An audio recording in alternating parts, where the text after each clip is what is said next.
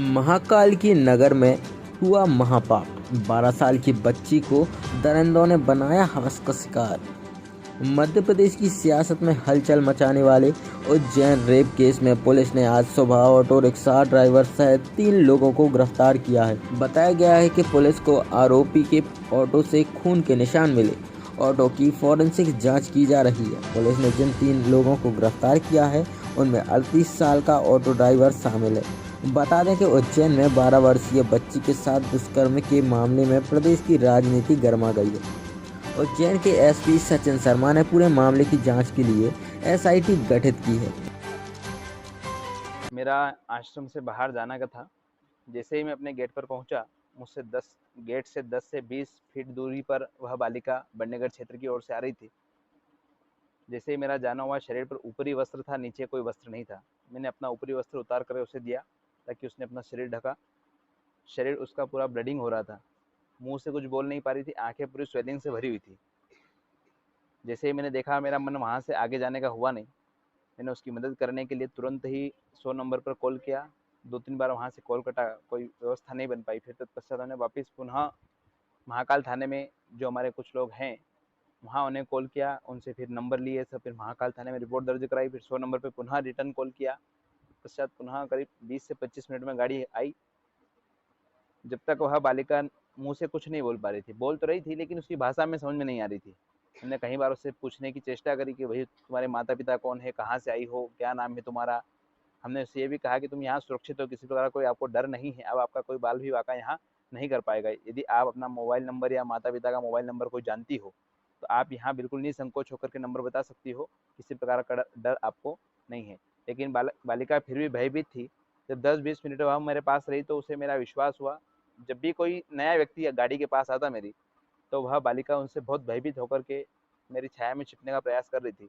जैसे ही पुलिस प्रशासन का आना हुआ, प्रशासन ने उसकी मदद करके उसे अपने वाहन में बिठा करके वो लोग जो है यहाँ से चरक हॉस्पिटल उसे ले गए। अच्छा, आपको कहीं लगा कि वो जो है लड़की लड़की जो है उसके साथ मारपीट भी हुई है? आके आपने बताया सूजन की है। आंखें पूरी स्वेलिंग से भरी हुई थी। मारपीट का तो मैंने उसको शरीर के ऊपर किसी प्रकार कोई दाग भी नहीं देखा और ना मैंने शरीर के ऊपर कोई दृष्टि डाली। मेरा लक्ष्य सिर्फ उसकी मदद करने का था। मैंने उसे अपना वस्त्र, ऊपरी वस्त्र दिया नीचे ओढ़ने के लिए, नीचे पहनने के लिए। बाकी मैंने उसके शरीर पर किसी प्रकार कोई चोट का निशान नहीं देखा। आपने जब उसको पहली बार देखा, क्या वो बेहोश हो चुकी थी या फिर वो नहीं, मेरे पलट पास गई? बिल्कुल स्वस्थ थी, वो बोल भी रही थी, बातें भी कर रही थी। कहीं जाने के लिए बार-बार किसी गाँव का नाम, पूरिया ऐसा उससे कुछ नाम बता रही थी। मैं समझ नहीं पा रहा था उसकी भाषा में कि वो किस क्षेत्र का नाम बता रही है। अच्छा, वो जब वो यहाँ इधर सामने से आती हुई दिखी, तो आपको लगा कि वो मदद मांग रही है इसलिए आप आगे आए हैं, या फिर वो अर्धनग्न दिखी इसलिए आप उसको मतलब मदद के लिए आगे आए? इसीलिए मैं आगे आया। मदद मांग रही थी। हाँ, बाकी उसने मुझसे कोई ऐसा नहीं कहा कि आप मेरे को मदद करिए। मैंने उसे कुछ पैसे, नकदी पैसे 100-50 रुपए भी दिए हाथ में। और फिर जो है मुझे ऐसा लगा कि यह कहीं से है और भयभीत है। फिर मैंने पुलिस प्रशासन से एक्सप्लेन किया। जी। अच्छा, ये जब कितनी बजे की बात होगी आपके पास यहाँ? ये सर करीब 9:30 बजे के आसपास की कहानी है, प्रातःकालीन परसों के दिन की। आपके फ़ोन लगाने के कितनी देर बाद पुलिस यहाँ पहुँची? 20-1 मिनट में 20 मिनट बाद। उसके बाद वो सीधे उनको लेके चले सीधे उन्हें लेकर चले। उन्होंने मेरा आपका? मेरा नाम आचार्य राहुल शर्मा। उज्जैन जिले के एक मिनट से बंद कर। सर, क्या कुछ अब तक अपडेट हो पाया? उज्जैन जिले के थाना महाकाल अंतर्गत हुए घटनाक्रम में प्रमुख तौर पे जब एफआरबी को सूचना प्राप्त हुई, तुरंत घटनास्थल पहुंचे थे और घटनास्थल को सुरक्षित किया गया था। एफएसएल और जितनी भी टीम्स है वहां पे पहुंची थी। एक बार बच्ची का जब मेडिकल कराया गया तो ये तथ्य सामने आया कि बच्ची के साथ दुष्कर्म हुआ है। बच्ची कुछ बता पाने में सक्षम नहीं थी कि घटनास्थल कहाँ का है, वो खुद कहाँ की रहने वाली है और क्या क्या उसके साथ हुआ है। इसके लिए एक अलग से काउंसलर हम लोगों ने किया, जिसने काफ़ी सहज तरीके से बात करके काफ़ी चीज़ें निकाली। इसके बाद क्योंकि बच्ची के इन्फेक्शंस वगैरह थे और कुछ चोटें वगैरह थी तो इंदौर रेफ़र किया गया। इंदौर में स्पेशलाइज्ड जो पैनल ऑफ डॉक्टर्स है उन्होंने ट्रीटमेंट किया, सर्जरी की, सर्जरी सक्सेसफुल रही।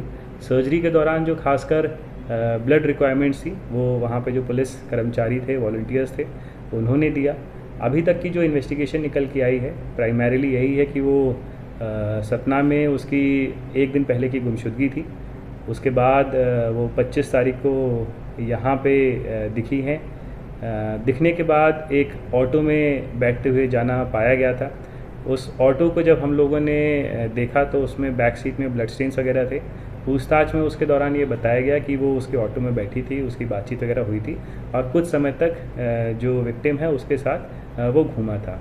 पर हमने 100% इसमें रिलाई ना करते हुए बाकी के भी जो टेक्निकल साक्ष्य थे, 2-2.5 घंटा या 4 घंटा जो वो सतना से आने का उज्जैन में जो रही, वहाँ पे वो किस किस से मिली, क्या क्या उसकी बातचीत हुई, सबको हम लोगों ने बैक ट्रैक किया और अब तक लगभग 5 लोगों से पूछताछ जारी है और सभी इसमें जो साक्ष्य हैं या जो परिस्थितिजन्य साक्ष्य हैं उन सबको एकत्रित करके ही हम निष्कर्ष तक पहुँच पाएंगे।